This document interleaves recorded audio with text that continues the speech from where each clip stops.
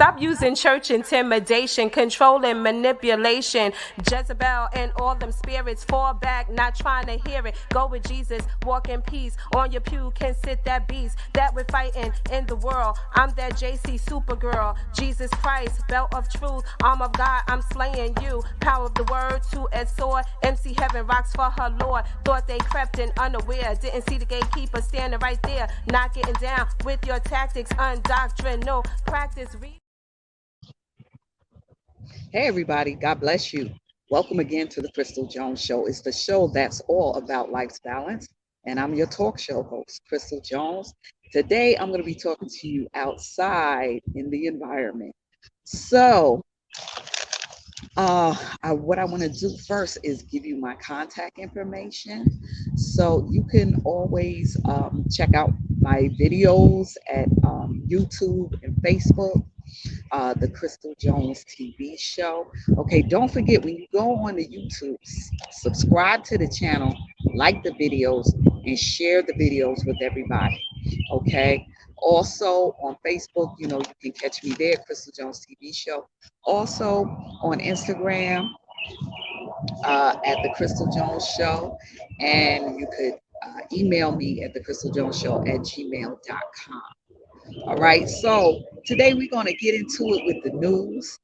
Now, I know everybody's excited about this week being the week of celebrating Juneteenth. Well, let's find out what that's all about.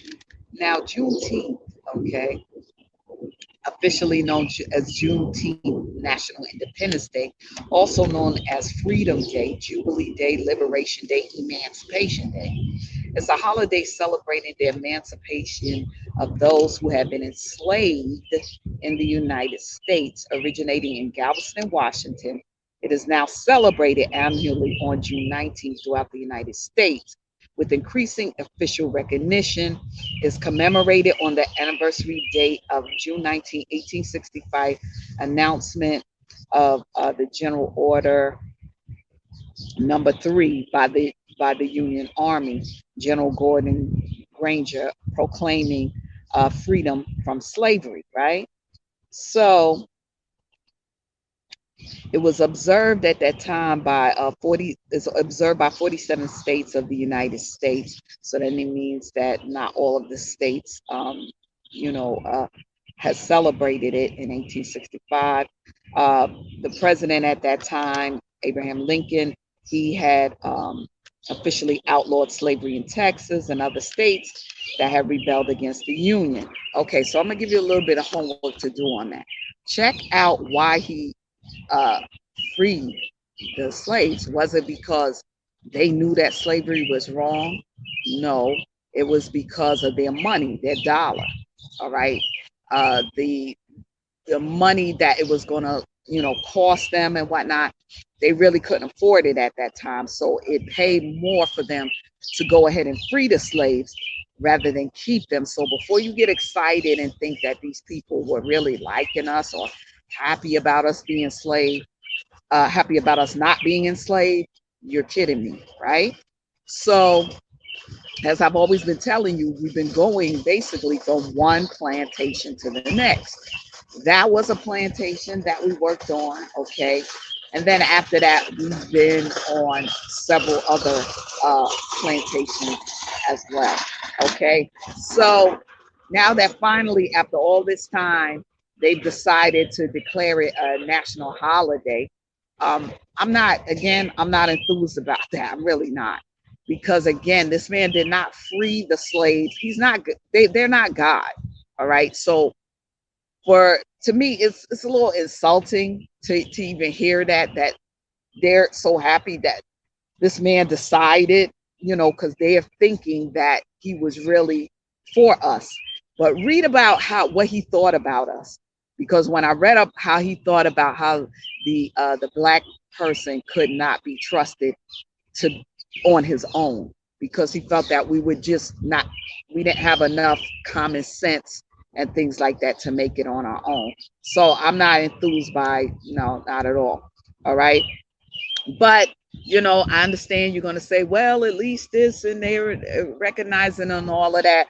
But we built this country for free, and they still don't want to give us reparations.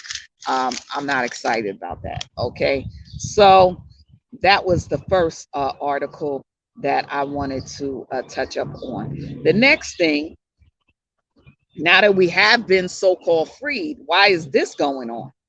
Now, this next article came from an employee who says she found a razor in her salad after complaining of her co-workers using the N-word, right? This is in Michigan, Madison Heights, Michigan. It was like all my blood drained from my body. I really was like, no, this is not it, right? So this young woman is now having to sue these people at a particular restaurant, okay, that she used to work at. She was saying that the workers, were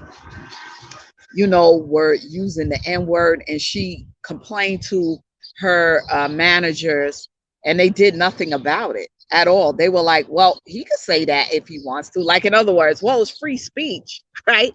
So, then she even went to them and talked to them about it. So this is what these people decided to do, was to put a razor in her salad.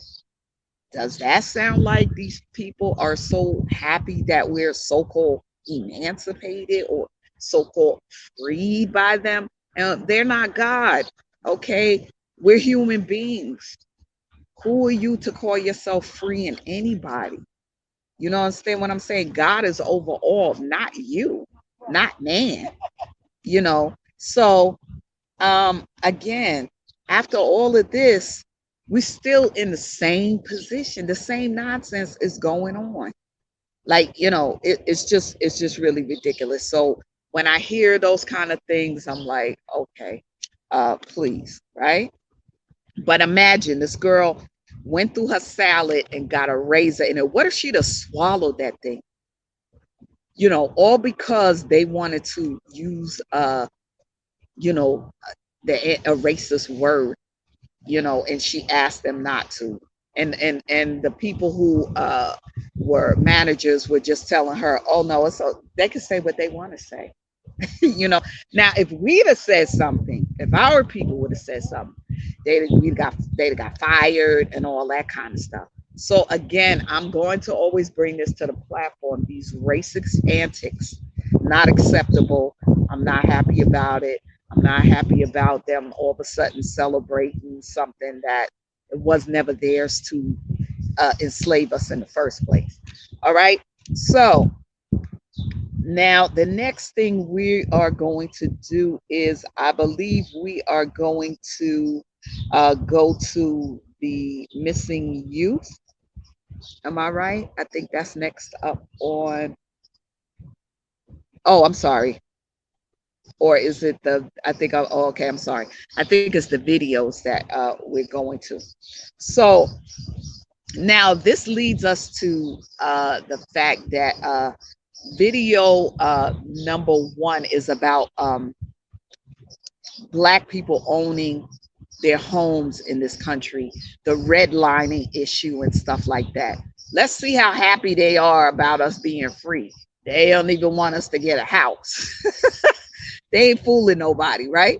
Okay, so the next video, let's check out that Black people and how home ownership in America and redlining. Let's look at that video. Home ownership lies at the heart of the American dream. Not only does home ownership represent success and opportunity, it is also the foundation of generational wealth.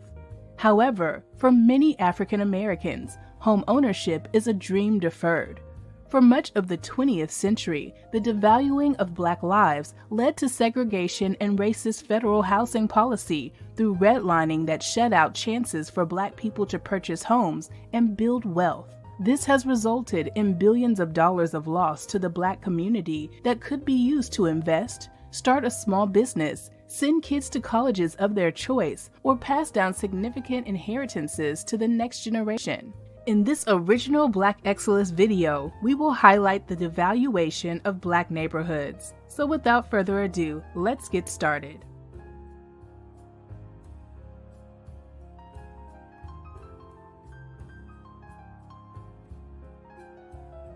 New research shows that 50 years after laws were put in place to stop the use of race in real estate appraisals, homes in neighborhoods of color are still being undervalued. But it's not just a neighborhood thing. Black homeowners in white neighborhoods are getting the short end of the stick as well. Let's dig in a little. During the 20th century, segregation and Jim Crow forcibly lowered the quality of neighborhood conditions for blacks and impeded their financial ability to move to better opportunities. This occurred through systemic policies and other mechanisms, including redlining, zoning, blockbusting, and steering. As the result of the dynamic and the continuation of housing policies that excluded the black working class, many black neighborhoods suffered from lower quality housing, limited access to good schools and neighborhood amenities, and even exposure to environmental dangers. Also, it should be no secret that the implicit associations that white appraisers harbor in their subconscious spurs feelings and attitudes about property values based on characteristics such as race and ethnicity. These attributes and stereotypes have played out in the real estate industry through the undervaluing of black assets, in particular black homes.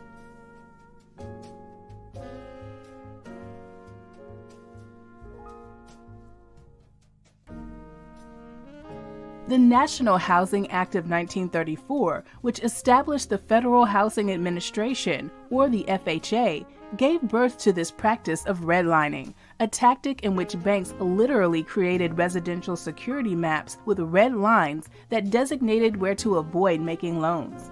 The FHA made it harder to obtain mortgage insurance and federal guarantees in these black communities, so banks avoided approving mortgage loans in those communities. Furthermore, white policymakers believed that newly integrated neighborhoods would decline dramatically in value and ensured that African Americans were denied mortgage subsidies and insurance for any homes in those areas as well. The abhorrent practice of redlining was carried out so well that less than only 2% of homes insured by the FHA nationally between 1946 and 1959 were available to people of color. Even though the FHA-driven redlining became illegal after the passage of the Civil Rights Act in 1968, the legacy of redlining has forever depressed the appraised value of land and properties in predominantly black neighborhoods. And although the laws have changed, not much is different almost 100 years later when black homeowners are asking for a fair and equitable appraisal of their homes.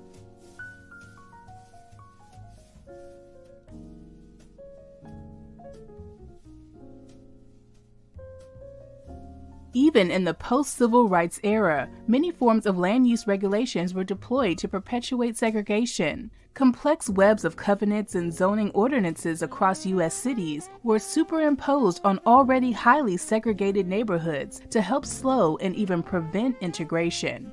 These racist policies and practices helped exclude blacks from home ownership based on a family's economic circumstance, which further entrenched racial segregation.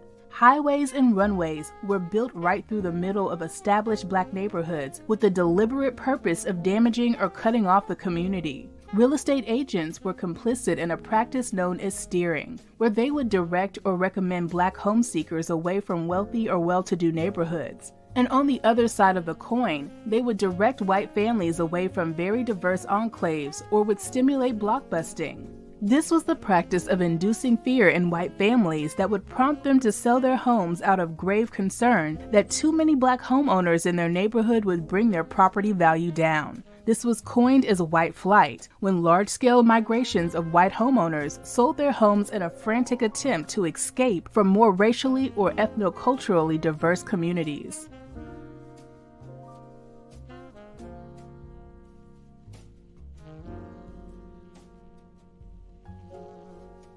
Racial bias has also led to gaps in amenities between black and white neighborhoods. For instance, areas with a high share of black residents are likely to have less access to green space and parks than white neighborhoods, where schools in minority neighborhoods are much more likely to be underfunded than those in white neighborhoods.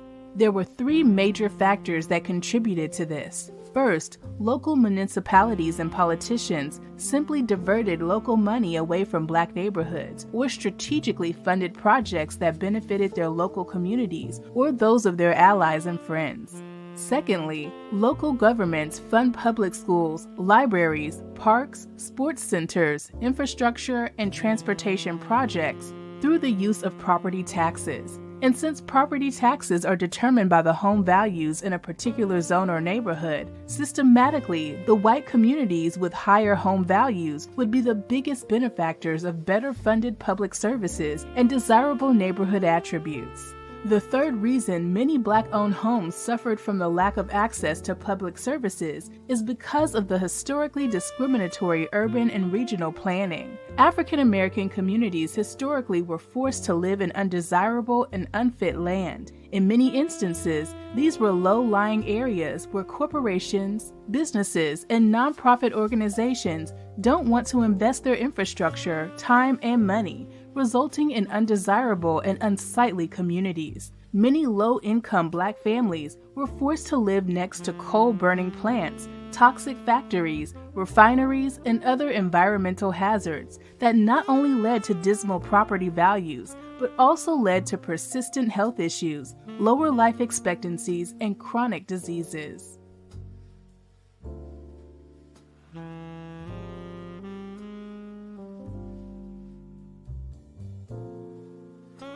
The quality of housing in majority Black neighborhoods differs from less Black neighborhoods in terms of age, size, and structure. The median home in majority Black neighborhoods is 12 years older than homes in neighborhoods where Blacks are less than 1% of the population. These older homes are also smaller, by nearly half a room, and are much less likely to be detached single-family homes. Not only is the housing stock of lower quality, but so is the surrounding neighborhoods in several important dimensions.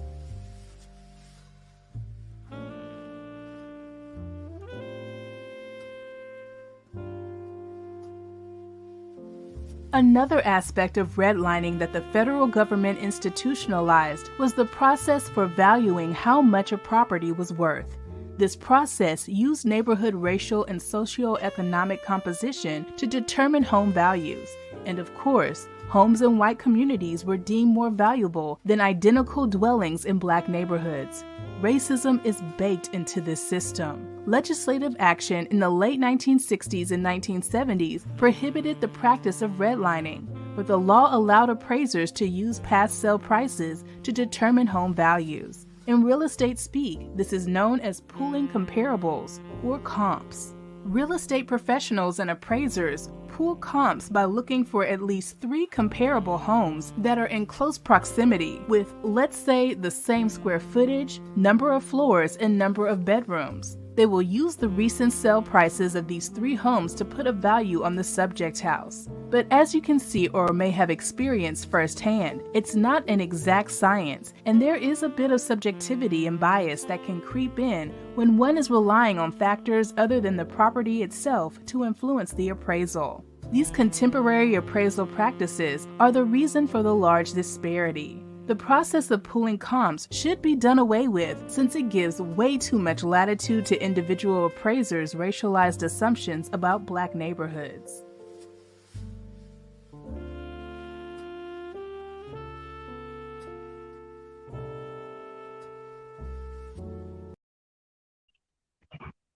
Okay, so if you see what I'm talking about here is that it's the same thing. We're still going through the same thing, the redlining, all of that. It's still the same. I just want everybody to wake up, come out of that dream world that they're really accepting us here. Like, they still doing the same thing. If I go into buy a house in a white neighborhood, those people are going to get out of there because they know that our lives really they devalue us. They really, really do devalue us. So don't be fooled by that. It's just another plantation. It's just another, they just calling it something else. So it's the same thing. Now, the next video we're going to look at about farming while Black. Let's see what goes on with that in spite of what they tell us about being emancipated. All right, so let's take a look at that video. My grandfather would say the land knows no color. Never mistreated anybody, people do. This is the story of an injustice that begins with slavery. continues through decades of government-sponsored discrimination and even now is a fight for survival. Black farmers have faced discrimination for centuries, and today there's fewer than 49,000 of them in the U.S. That's less than the entire student body of the University of Texas. We had to fight for the land, fight for the equipment. But the white farmers around here, their land was inherited down.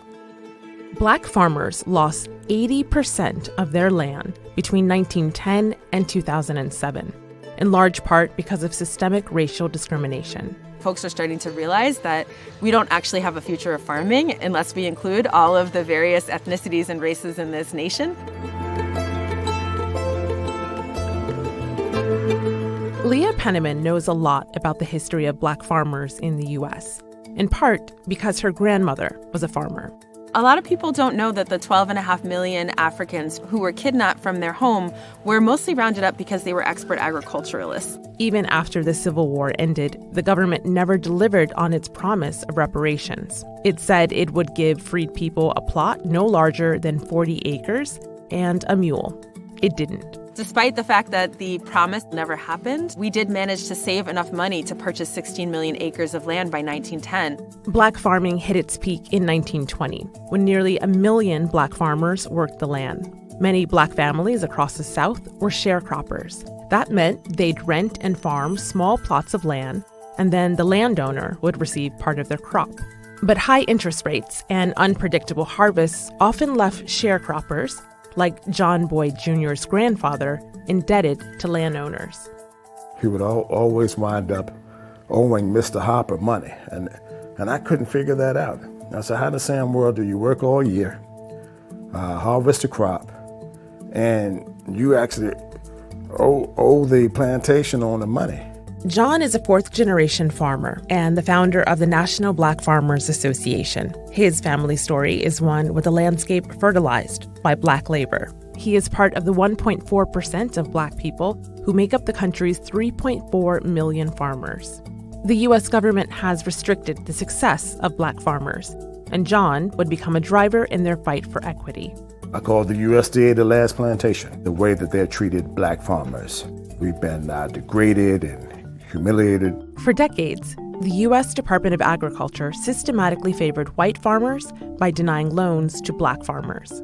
Like his grandfather, John found himself financially struggling to keep his farm. He went to the USDA for aid, and the intense confrontation with the local USDA loan officer nearly ended in a physical fight. The farm operating loan and the USDA loan officer, they spat on me. I just lost it. I literally wanted to whoop his ass.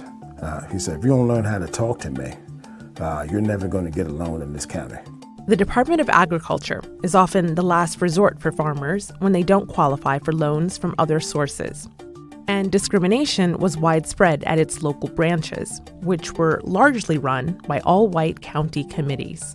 We filed 3 applications at the USDA, and 6 months later, they claimed they had lost those loans or they couldn't find them.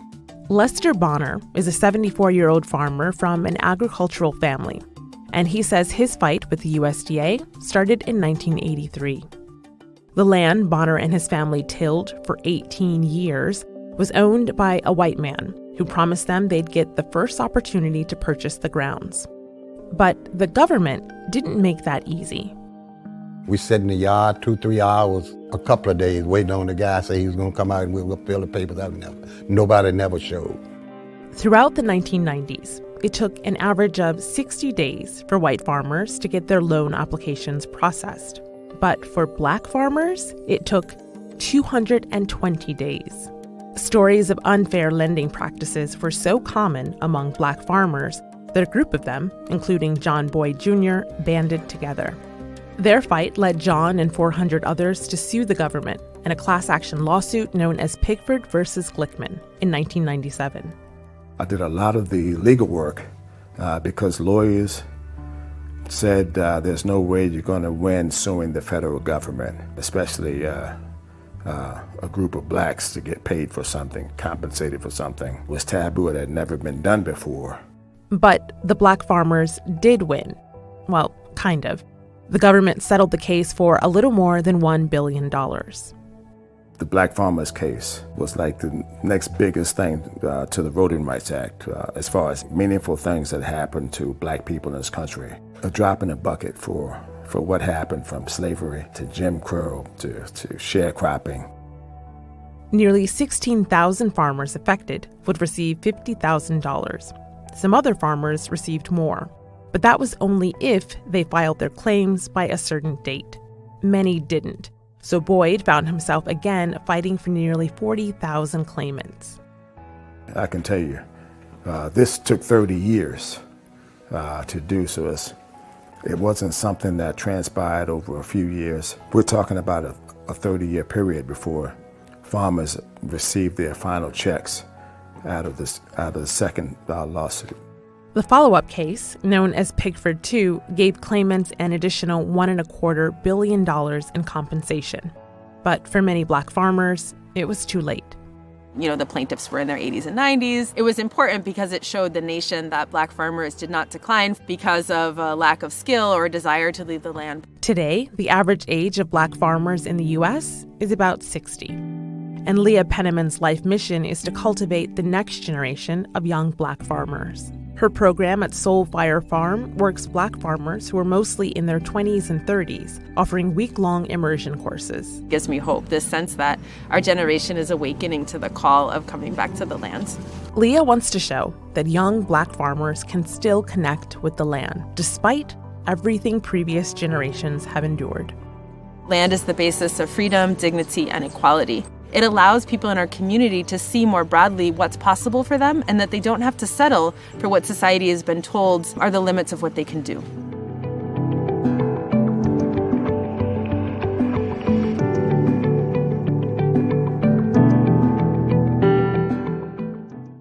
So now we also see what's going on with the housing situation, right? The redlining is still going on. It's never stopped. So rah about all this other stuff that they're, trying to make like they're so accepting us, because we're still not accepted in this country. Let's be clear. Okay. So that's something that we have to continue moving forward, continue buying up property and land. Nobody's better than us. We need to come together like a lot of our people are doing, and buying up acres and acres of land, grow our own food and all of that, because if we don't take care of us, let me tell you something, nobody else will. And don't be fooled. Don't believe the hype just because they give us a holiday and all of that, please. All right. Don't be fooled by this nonsense. Okay. So on a sadder note, we're going to go to, for this week, our missing youth. We're going to go to the first one, which is, I believe, Tiffany Turner. Okay. She is missing, I believe, I'm sorry, y'all. I'm outside, so the sun and stuff like that, from White Plains. Okay. White Plains, New York. She's been missing since June the 2nd of this year. All right. And she is 20 years old. So if you know anything about her disappearance, please report this to the police department, missing and exploited young children. All right. Her family wants her back home. The second one that we have, bear with me here. I'm trying to see what's going on. Okay, the next one that we have is Jacqueline Reyes. All right. Let's see what the situation is with her. Jacqueline Reyes, she's been missing since June the 4th of this year, okay, from Hempstead, New York. All right. She's a 15-year-old female, Hispanic, Black Hispanic. Her hair color is black. Her eye color is brown. She's 5'2" and about 109 pounds. All right. If you see her, you know anything about her disappearance, please report it to Missing and Exploited Children. All right. The next person that we have, okay, I see it now. We have a young man, I believe his name is Jason Abrams. He's been missing since June the 4th of this year. Okay, he's 16 years old, black male, hair color brown, eye color brown, 5'6", 145 pounds. He's been missing from Manhattan, New York. All right, if you see him, if you know anything about it, report it to Missing and Exploited Children. Okay, you know what's going on with all of that, all kind of trafficking and stuff, or sexual trafficking to organ harvesting and all kind of things being done. So let's get these young people back home to their families as soon as possible. Okay. All right. So on a happier note, we are going to go to our spotlight on our youth this week. This week we have a wonderful young lady, Asia Newsom, okay? And she is a 13-year-old CEO, right? Of Super Business Girl. All right. So let's check her out. Let's check out her videos and see what Asia's up to. Let's check Asia out. My goal and my vision is to help people and inspire young people to become entrepreneurs.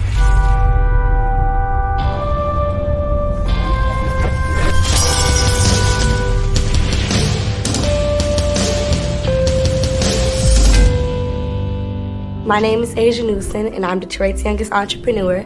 The name of my company is Super Business Girl. Well, ever since I was little, I just wanted to help people, and I really didn't know how I was going to do it. My dad was a salesman. My dad's been a salesman all his life. So he would take me out with him, and we started off going door to door. When I got older, I wanted to do it on my own. And ever since that day, I've been selling candles. I thought it was a super great idea because I was making my own money. And now I provide income into my trainees' household. A lot of the young people that I recruit are going through a lot. The money that they make really help out their parents. And that is something that makes me feel good because it seems like I'm making a difference in their life. When I actually see that happen, it's very important to me because I think that Super Business Girl could be the vehicle that I can drive to help everyone.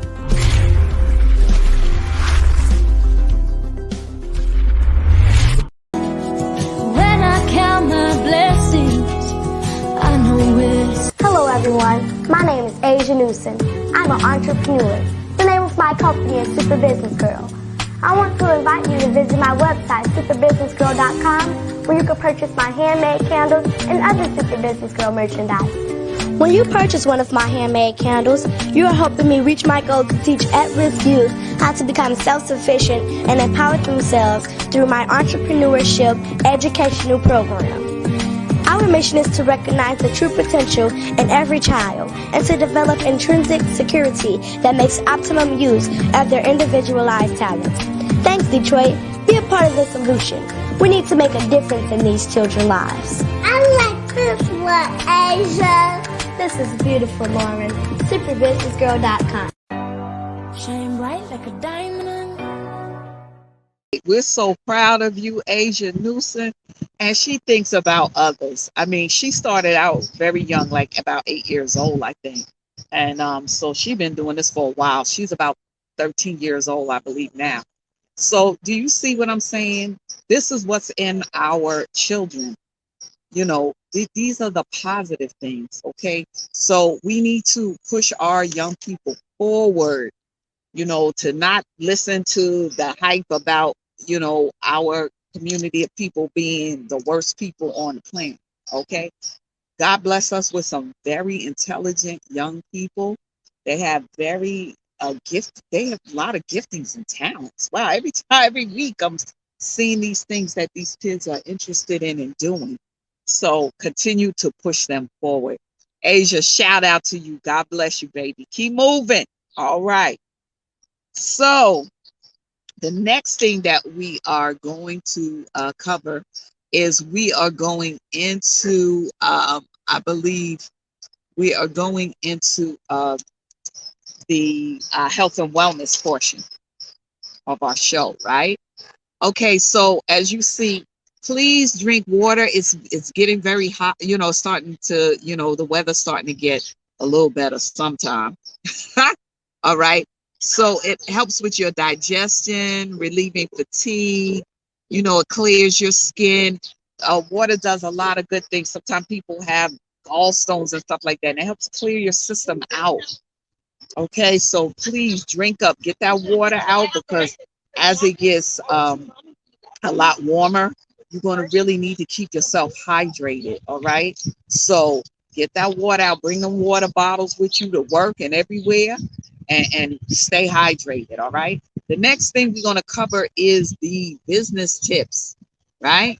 So on the business tips for today, I'm going to say stay enthusiastic about what you do. If this is your passion, your love, stay enthusiastic about it, and do this while you're already employed. This way you have money to contribute into the startup of your business. You still can, you're still getting a paycheck. You can still put money into that which you're doing and help to push it forward, instead of, and I'm not discouraging people who just do everything from scratch. God bless you if you do that. That is wonderful. But it's best probably if you already have a paycheck with you. You know what I'm saying? So, think about that. If you don't have anything, don't let that stop you. Keep going. Go ahead, move forward. But I'm saying, if you are already employed, you have the money to push your business forward, and then eventually you could do your business full time.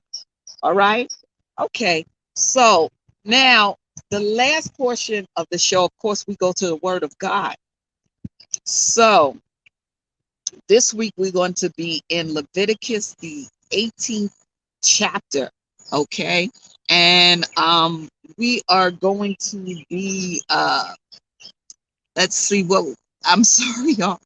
Okay. It's basically going to be about, don't follow the crowd.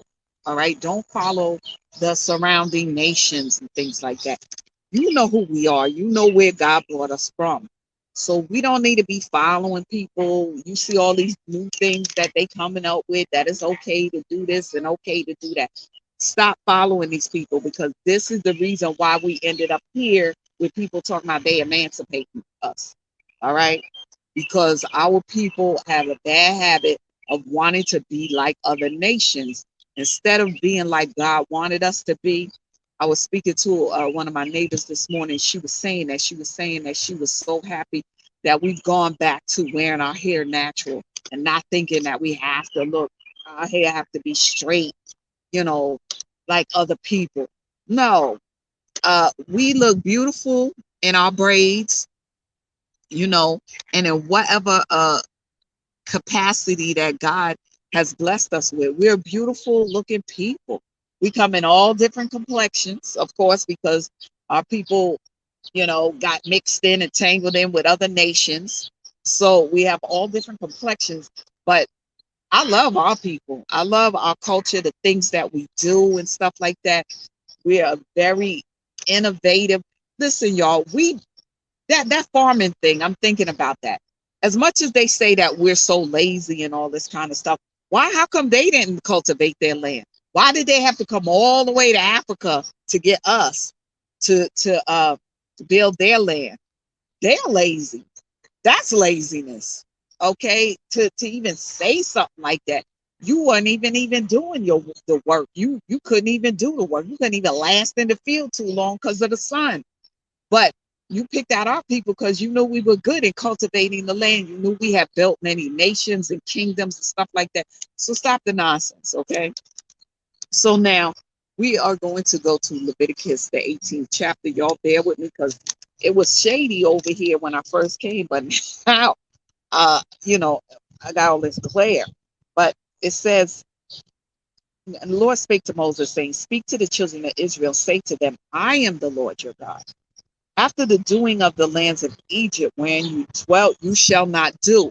Now remember, we came out of Egyptian bondage, but we were always Hebrew children. We weren't Egyptian.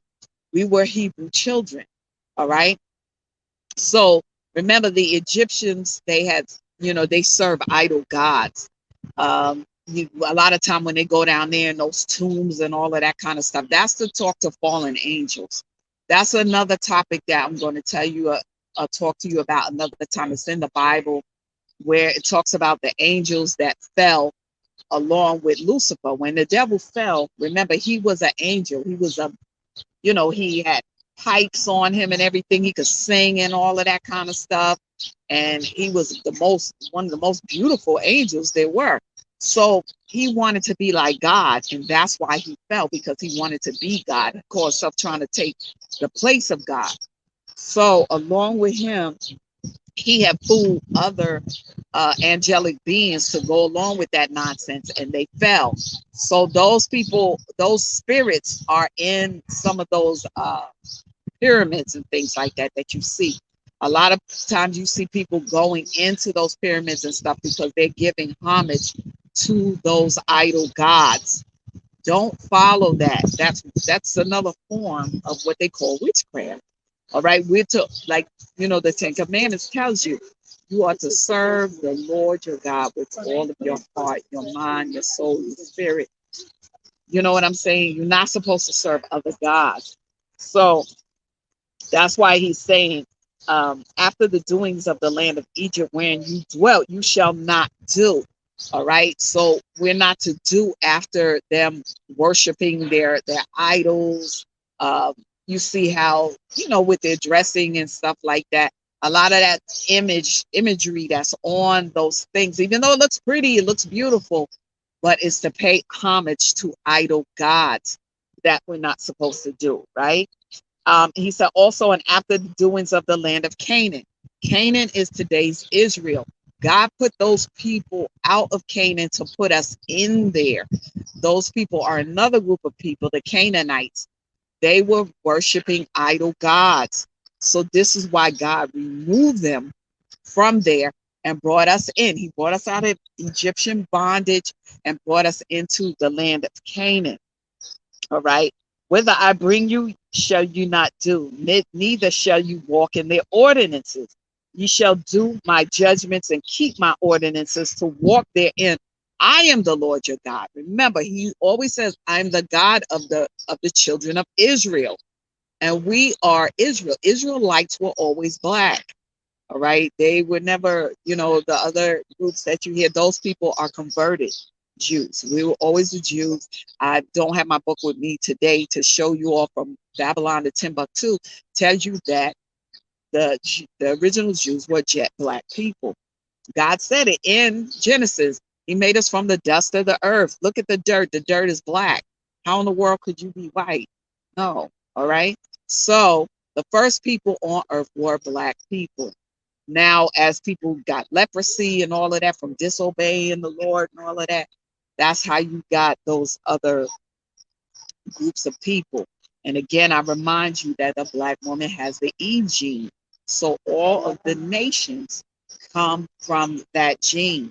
That's why our genes are dominant, and the other group of people, they have recessive genes. Okay. So that means that all of these other surrounding nations and things like that came from our gene. So we have no reason to be following those other nations that serve idol gods. That's not what we're supposed to be doing. All right. So he said we should keep his statutes and judgment, which if we do, we shall live in them. He is the Lord. It says, then he went into talking about different things that people are not supposed to do, because you see in a lot of different families, people messing with each other, cousins and all that kind of stuff. And there's like, I think if somebody's like your fourth cousin or something like that, I think it's allowable, but you're not supposed to be like with your brother, with your uncle, your cousin, and all that kind of stuff. So the Lord is showing us here in this particular chapter. None of you shall approach to any that is near of kin to him to uncover their nakedness. I'm the Lord. That means you're not supposed to be having sex with your aunt. How are you having sex with your aunt or your uncle or your father? Or, no, that stuff is wrong. And they call it incest. That you know, no. Even though they trying to pretend like, oh, it's okay to do that. And, there's nothing wrong with that. Yes, it is. Yes, it is. You're not supposed to be doing that. That's your nearest of kin family member. It's not like y'all the only two people on the earth and you had to repopulate like in the beginning. I'm sure they had to do some form of that to get other people on the earth. But come on, all these billions of people on this earth? No. All right. So it says the nakedness of thy father or the nakedness of thy mother, you shall not uncover. She is your mother. Don't uncover that. Also, your father's wife. You know what I mean? Sometimes people do all kind of weird things and say that, it's okay. Like if your father, you're a man, your father's married to a woman, you shouldn't be messing with his wife. In the other way around. If your mother's married to somebody, you shouldn't be messing with her husband. That's that's no. Okay. The nakedness of your sister, the daughter of your father or daughter of your mother, whether she be born at home or born abroad, even their nakedness. Don't do it. Okay, these are the things that got us screwed up and got us in trouble with the Lord, doing all this crazy stuff. And where do we get that from? The surrounding nations. A lot of those nations believed in doing stuff like that. Rome is good for all of that kind of weird, naked athletics and stuff, and which promotes other things. You know what I'm saying? That we're not supposed to get involved in that. If they want to do that, they want to get involved, they go on, let them go ahead and do that. But that stuff brings upon curses and things like that. You bring upon your family generational things that follow them, and then they wonder, well, I wonder why this is happening. I wonder why that's happening. Because you brought that on them by doing this weird stuff, because that's not how we're supposed to operate, right? Then it talks about here, it's saying the nakedness of thy son's daughter, of thy daughter's daughter, even their nakedness. Don't, you're not supposed to be messing with your grandkids or that kind of thing. We're not supposed to be doing. All right. So God will, there's enough of us here and on the continent of Africa where we originally started out. There's enough people where you can marry somebody from another tribe or another, you don't have to be doing all this weird stuff, y'all. I'm telling you, you really don't. Okay. So all of that weird stuff, we're not supposed to be involved in that at all. Like I say, even though the surrounding nations may do that type of thing, you don't get involved in it. All right. Also, it talks about, I know they saying that it's legal, but this is why we don't believe in two of the same. If you know what I'm saying, two of the same. We don't believe in that because that's not what God had us for. It's supposed to be a man and a woman, and that's how we produce families. That's how we produce families. Okay.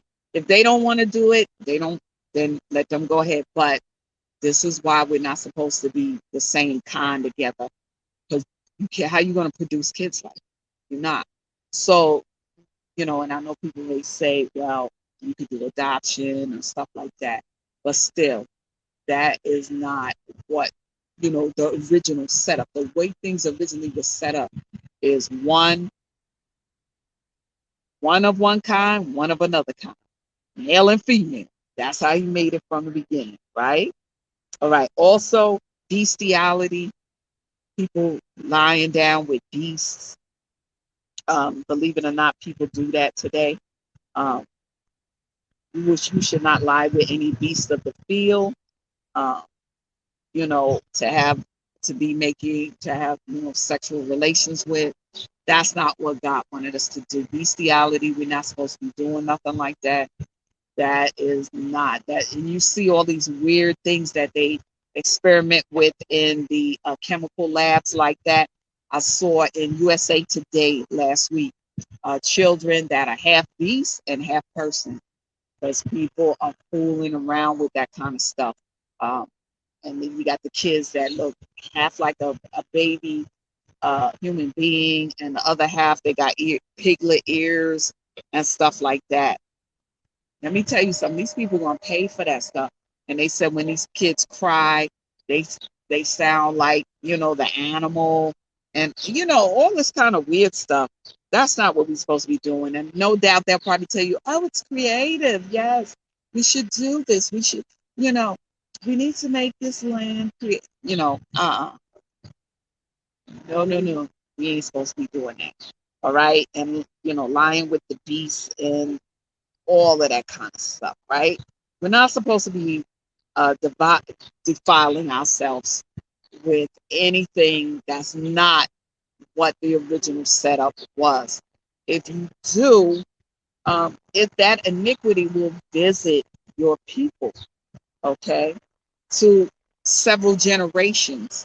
I always wonder why sometimes people say, oh, I was born like this, because that spirit from when these people perform these different acts has now carried into several generations. So now you have generations of kids that are confused. They're thinking, oh, okay, that it's okay to do bestiality or be with their their son or their daughter or their brother, their sister, and all of that kind of stuff, because that's a spirit. That's a spirit of rebellion, to just go on and help yourself to doing these type of things. And there are different spirits attached to that. And those type of spirits will take you down a road that you really should not be going down, because that's not a road that God meant for us to be. In the beginning, who did he have? Adam and Eve, right? Follow the directive. Follow what God told you. Follow the procedure. Follow the right plan. Don't listen to what everybody else tells you, because they're trying to, form some kind of earth of their own or way of their own. God made all things within 6 days for us to enjoy, and then he rested on the seventh day. Follow suit. That's why he wants us to rest on that seventh day. He don't want us to have to be working, stuff like that, every single day. There comes a time where you need, some type of rest. So we need to follow everything that God has put in his plan for us. Okay. So these are the things that we were told way before we went into the land that he had promised for us, to give to us. But like I said, our people continue to just not want to follow it. They wanted to follow these weird things. This is why he was telling them, don't do those things, because that's not what he set us up for. That's not how he set up our life to be. And if you notice now, it's so confusing. Like I said, when I looked at the paper last week in USA Today, and I saw the little kids with the piglet ears, or looking like half of a dog, or a a horse and stuff like that, is because people are just trying to do their own thing, and that's not the setup that God brought us into. So that we gotta, don't do that. Don't follow. And you see them doing it, and they may try to do all that they can, because these people are good talkers, and they'll try to get you to believe that, yeah, you know what, we need to do that foolishness. And then you have a baby, and this baby come out going like a horse. Come on now. Y'all know that is crazy, right? Okay. So follow the word of God, y'all. There's so much going on now. They trying to do all kind of things to control people, make them half machine, half human, and all of that kind of stuff. If y'all saw that movie that came out recently, Without Remorse. If you saw that, one of the characters was half machine and half man. Come on, y'all. Y'all know that God did not set that up for us to do. Okay, so please stop doing that nonsense. All right, or following after it. Stop following the surrounding nation. Follow the laws and commandments of the Lord are simple. Love the Lord with all your heart, your mind, your soul. Love your neighbor as yourself, and you will love yourself because of that. You know what I'm saying? So, come on.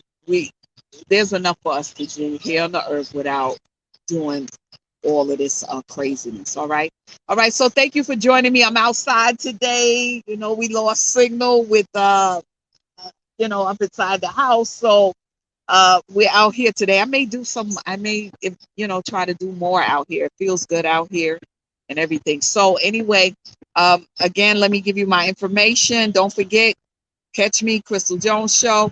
I'm on now Saturdays from 7 to 8 p.m. Channel 951, 2137. All right. So catch me Saturday at that channel. If not, you can always catch me at YouTube. All right. The Crystal Jones Show. Remember to like the videos, subscribe to the channel, and share it with everybody. Share it. Also on Facebook, the Crystal Jones TV Show. Share my videos so people can see what's going on and they can, be encouraged by it. All right. Also Instagram at the Crystal Jones Show, and also write to me at the Crystal Jones Show at gmail.com. All right. I'm going to try to be, putting up videos on Instagram as well so that you can see the show there as well.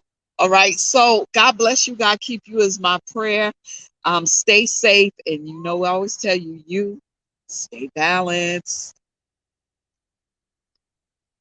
Stop using church intimidation, control and manipulation.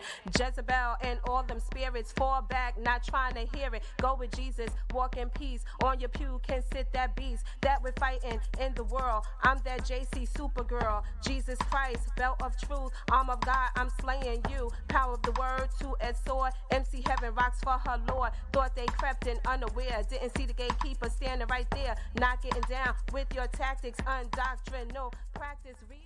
Why aren't you voting?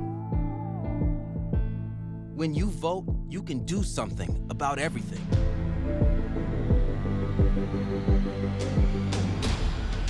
At voteforyourlife.com, it's never been faster or easier to make a plan to vote. Time is running out, but you still have the chance to use your power. Check your registration and make sure your address on file is correct. Find your state's deadlines, learn about local candidates, and request a ballot. You'll be able to see where candidates stand on issues you care about. Order a ballot request form to be mailed to you with prepaid postage, allowing you to vote early, easily, and safely. Make a plan to vote early by finding your nearest ballot drop box, in-person polling place, or local mailbox. And this is where you rise, this is where you shine, this is where you become the greatest of all time. History in the making. Vote for your life. You care for the house, the kids, and our future. My Shiro's Day is never done. So let's save a little more now so we can create the retirement we want. A free 3-minute online chat can give us the personalized tips we need. Visit aceyourretirement.org